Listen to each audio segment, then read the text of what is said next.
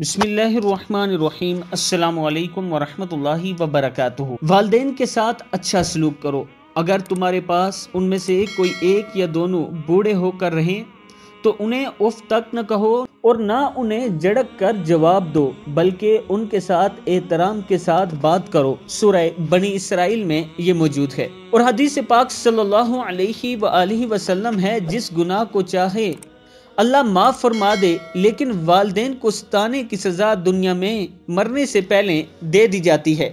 یعنی جو لوگ اپنے والدین کا احترام نہیں کرتے انہیں دنیا ہی میں اس کی سزا مل جاتی ہے۔ ایک شخص نے رسول اللہ صلی اللہ علیہ وآلہ وسلم کی خدمت میں عرض کی، یا رسول اللہ صلی اللہ علیہ وآلہ وسلم، ماں باپ کا اولاد پر کیا حق ہے؟ فرمایا، وہ دونوں تیرے حق میں جنت اور دوزخ ہے، یعنی ان کی خدمت اور اطاعت تمہیں جنت کا مستحق بناتی ہے اور نافرمانی دوزخ کا مستحق بنا دیتی ہے۔ میں اپنے دوستوں سے گزارش کروں گا کہ اپنے والدین کے ساتھ اچھا سلوک کیا کریں، ان کی قدر کیا کریں، ان کی ضروریات کا خیال رکھا کریں، تاکہ آنے والا کل آپ کی اولاد آپ کا خیال رکھ سکے اور جنت میں جانے کا آپ کے والدین سبب بن سکیں آپ کے لیے۔ آپ دوستوں نے اس ویڈیو کو آگے ضرور شیئر کرنا ہے۔ السلام علیکم ورحمۃ اللہ وبرکاتہ۔